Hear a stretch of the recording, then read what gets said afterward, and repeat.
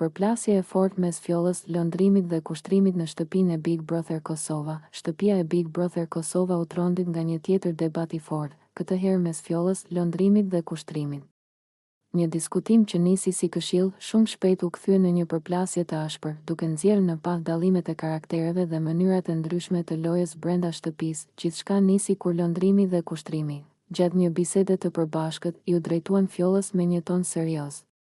Ata i thanë se nuk e shihnin të shëndetshme mënyrën se si ajo po sillej në shtëpi, duke u ngatëruar pothuajse me të gjithë banorët.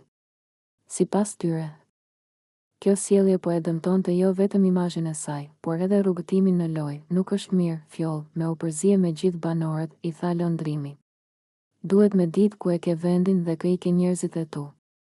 Kushtrimi e mbështeti këtë mendim, duke shtuar se loja kërkon qartësi, kufi dhe zgjedhje të mençura. Ai u shpreh se fjolla shpesh futet në debate që nuk i përkasin drejt për drejt dhe kjo e ekspozon ndaj konflikteve të panevojshme.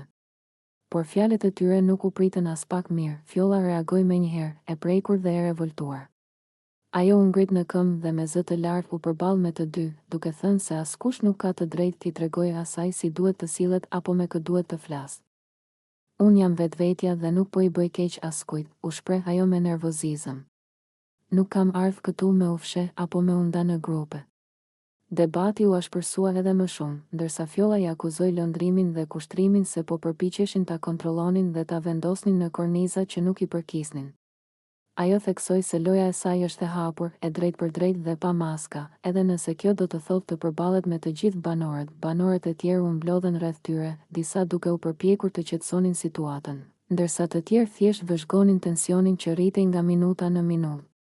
Atmosfera në shtëpi u bë e rëndë dhe u ndje qartë se ky debat kishte lë